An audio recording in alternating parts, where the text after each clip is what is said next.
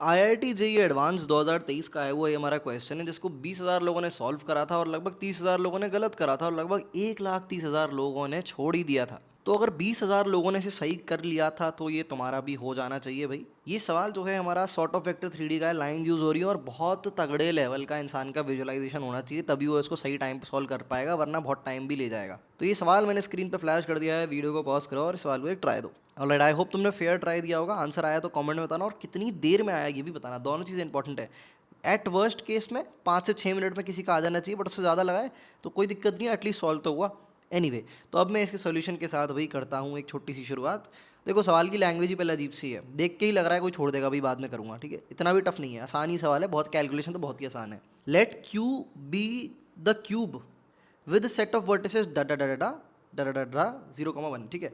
तो x1, x2, x3 इसकी जो है हमारी वर्टिसेस है और ये वैल्यू 0 और 1 के बीच में इंटरचेंज हो रही है, मतलब 0 या 1 ही हो सकती है, x1, x2, x3। तो ये हमारा सबसे जो फंडामेंटल क्यूब होता है ना, जिसकी 0,0, एक वर्टेक्स होती है, दूसरी वर्टेक्स 1,1,1 होती है, जो सबसे फंडामेंटल वाला क्यूब होता है, जो तीनों एक्सिस से एक्स वाई जेड, या फिर बोलूँ तीनों प्लेन्स से है ना, जो हमारे 3 प्लेन्स होते हैं एक्स वाई वाई जेड और जेड एक्स प्लेन से चिपका हुआ होता है जो, और इसकी जो हमारी लेंथ होती है वो 1 यूनिट की होती है, एक साइड लेंथ। तो ये अपन क्लियरली यहाँ से फील कर पा रहे हैं। Let F be the set of all 12 line containing the diagonal of 6 faces of the cube Q.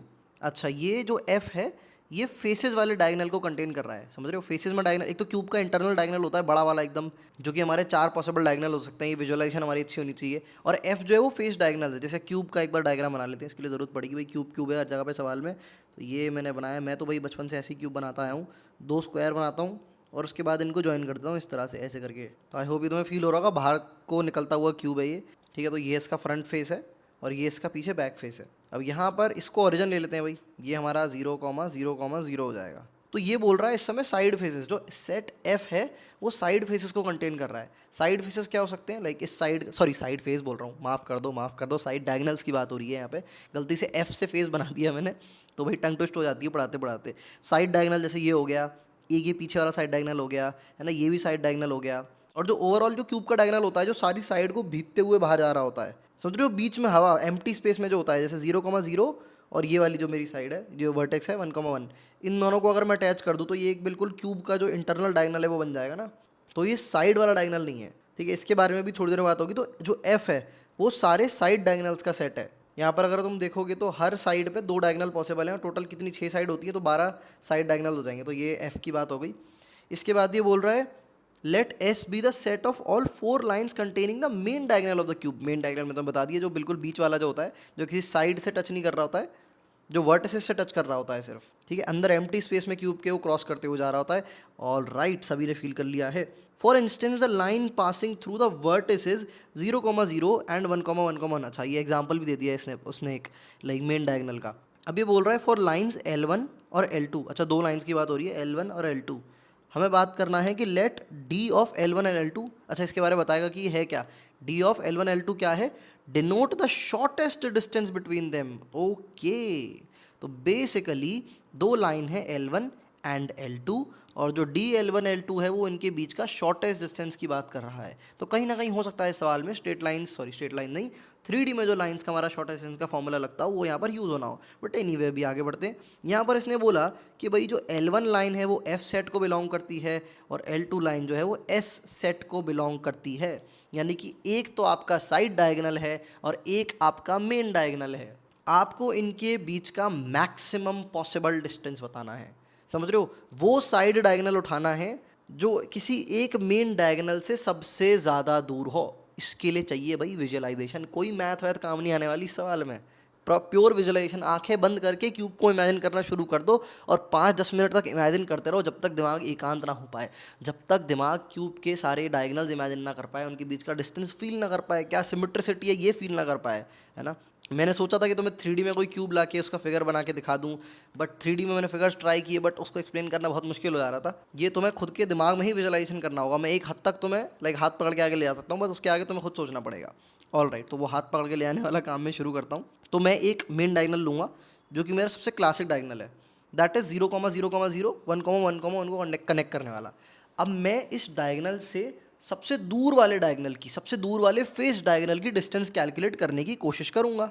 बहुत ही बढ़िया भाई, तो इस डायगोनल की पहले इक्वेशन लिख लेते हैं। लाइन की इक्वेशन आई होप तुम्हें याद होगी, एक हमें डी आर्स चाहिए होते हैं और एक हमें कोई पॉइंट चाहिए होता है। तो पॉइंट तो अपने को पता है, x minus zero y minus zero ये सब हो जाएंगे, तो एक्स अपॉन बराबर वाई अपॉन वन बराबर जेड अपॉन वन आ जाएगा हमारे पास। ये ना इस वाली लाइन की मेन डायगोनल की इक्वेशन आ जाएगी। कोई भी एक मेन डायगोनल उठा लो। अब यहाँ पर फेस डायगोनल्स की बात करते हैं। ध्यान से देखना, फील करना पड़ेगा, बहुत साथ में रहना पड़ेगा इसके लिए भाई। तो एक तो ये फेस डायगोनल हो गया, एक ये फेस डायगोनल हो गया, ठीक है, और एक ये वाला फेस डायगोनल भी हो गया, और एक ये वाला फेस डायगोनल भी हो गया। एक नीचे वाली और ऊपर वाली साइड पे भी हो सकते हैं। एक ये वाला फेस डायगोनल हो जाएगा ऊपर, और एक ये नीचे ये वाला फेस डायगोनल हो जाएगा। अब ये 3D में मैंने दिमाग फट चुका होगा आधे लोगों का, इसीलिए मैं ज़्यादातर डायगोनल्स को मिटा देता हूँ, अपने एक ही डायगोनल को छोड़ता हूँ यहाँ पे। अब एक्चुअली में सिमेट्रिसिटी फिगर में कुछ ऐसी है जो कि तुम्हें अंदर से ही फील करके आएगी कि जो डिस्टेंस इस डायगोनल और इस डायगोनल के बीच में है, वही डिस्टेंस इस डायगोनल और इस डायगोनल के बीच में होगी। मतलब इन टर्म्स ऑफ डिस्टेंस ये सारे एक दूसरे के सिमेट्रिक हैं।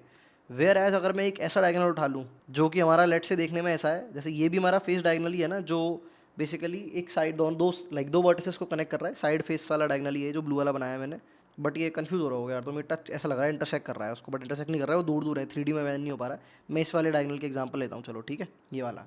अब देख रहे हो ये डायगोनल तो पिंक वाले डायगोनल के साथ इंटरसेक्ट कर रहा है। ये ब्लू वाला डायगोनल जो हमने नया बनाया है, ये मेन डायगोनल के साथ इंटरसेक्ट कर रहा है, तो डिस्टेंस जीरो है, तो इसको तो डिस्कार्ड कर देंगे बिकॉज डिस्टेंस तो मैक्सिमाइज करनी है भाई। तो ऐसे डायगोनल्स का सेट चेक करना पड़ेगा जो टच ही नहीं कर रहे हैं। तो टच करने वाले ही सेट मैंने अभी थोड़ी देर पहले बनाया था, ये वाला हो गया, या फिर ये वाला हो गया, या फिर ये वाला हो गया, फिर नीचे वाले में ये वाला हो गया। अब ये जो सारे के सारे डायगोनल जो टच नहीं कर रहे हैं, इन टर्म्स ऑफ डिस्टेंस इनकी सिमेट्रिसिटी कुछ ऐसी है कि ये मेन डायगोनल से इक्वल डिस्टेंस पे ही है। डिस्टेंस बराबर ही है, शॉर्टर डिस्टेंस इनकी सबकी सेम है, शॉर्टर डिस्टेंस की बात कर रहा हूँ मैं। अब ये या तो तुम इमेजिन कर लो, दो तरीके हैं, या तो विजुअलाइज कर लो, बट ऑब्वियसली हर कोई विजुअलाइज नहीं कर पाएगा, तो तुम दो तीन रैंडम डायगोनल उठाओ, उनकी इक्वेशन लिखो और डिस्टेंस निकाल ली, कैलकुलेट करो, सेम आ जाएगी। तुम्हें दो तीन बार निकाल के समझ आ जाएगा, अच्छा हाँ ये तो सारे सेम ही है यार, ठीक है, तो आंसर तो यही आएगा। जो किसी एक के लिए आ रहा है वो सबके लिए आएगा। तो दो तरीके हैं, इसको ब्रूट फोर्स बोलते हैं। जब कोडिंग वोडिंग सीख रहे होगे अपनी लाइफ में आगे, तो जो सबसे बेसिक एल्गोरिदम होती है किसी फंक्शन को रन करने की कोडिंग की भाषा में, वो ब्रूट फोर्स होती है, सबसे आसान जो है। और जो बहुत तगड़े तगड़े कोडर होते हैं वो नई नई एल्गोरिदम डेवलप करते हैं जो ब्रूट फोर्स नहीं होती हैं। ब्रूट फोर्स मतलब सबसे बेसिक तरीका उसको करने का, कि दो तीन बार निकाल के देखा भाई, अच्छा हाँ सेम आ रहा है, यही आंसर होगा। हो सकता है पेपर में बहुत सारे लोगों ने इस तरह से किया हो, बट अगर किसी की विजुअलाइजेशन तगड़ी है तो वो सिमेट्रिसिटी को ऑब्जर्व करके भी इसको कर सकता है। तो मैं सिर्फ एक डायगोनल पकड़ूंगा जो कि मेरा ये वाला होगा, जो कि मैंने यहाँ पर बनाया हुआ है। तो इन वर्टिसेस की अगर मैं बात करूँ तो यहाँ पर ये कौन कौन सी हो जाएंगी, एक अगर तुम ध्यान से देखो तो ये मेरी 0,0,1 हो जाएगी, मतलब जेड डायरेक्शन में ऊपर जा रहा है, और एक मेरी यहाँ पर हो जाएगी 1,0,0, ठीक है।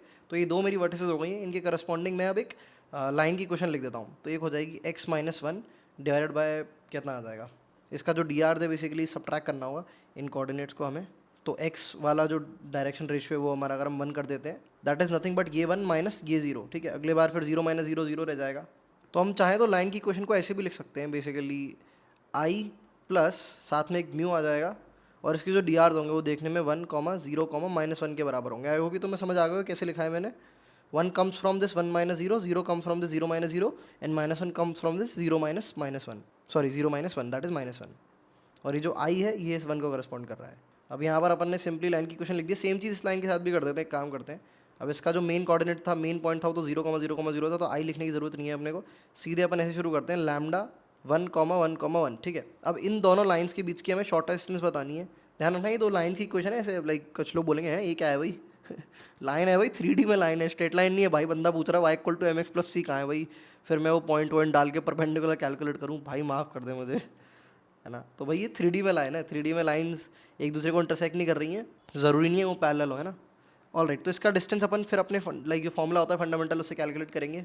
सबसे पहले पॉइंट को सब्ट्रैक्ट कर रहे होंगे अपन यहाँ पे, तो यहाँ पर हमारे पास बन जाएगा 1 0 0, उसके बाद एक का एक पॉइंट आएगा 1 1 1 डी आर्स बेसिकली, और इसके डी आर्स आएंगे 1 0 -1। उसके बाद नीचे हमारा एक वेक्टर बनता है, तो यहाँ पर ऊपर अपन i j k लिखते हैं, और एक बार 1 1 1 और 1 0 -1 बेसिकली यहाँ पर डी आर्स का इनपुट डालते हैं, और इसका भी मॉड होता है इस वेक्टर का भी, ठीक है। इसको अपन फाइनली सॉल्व कर लेंगे भाई।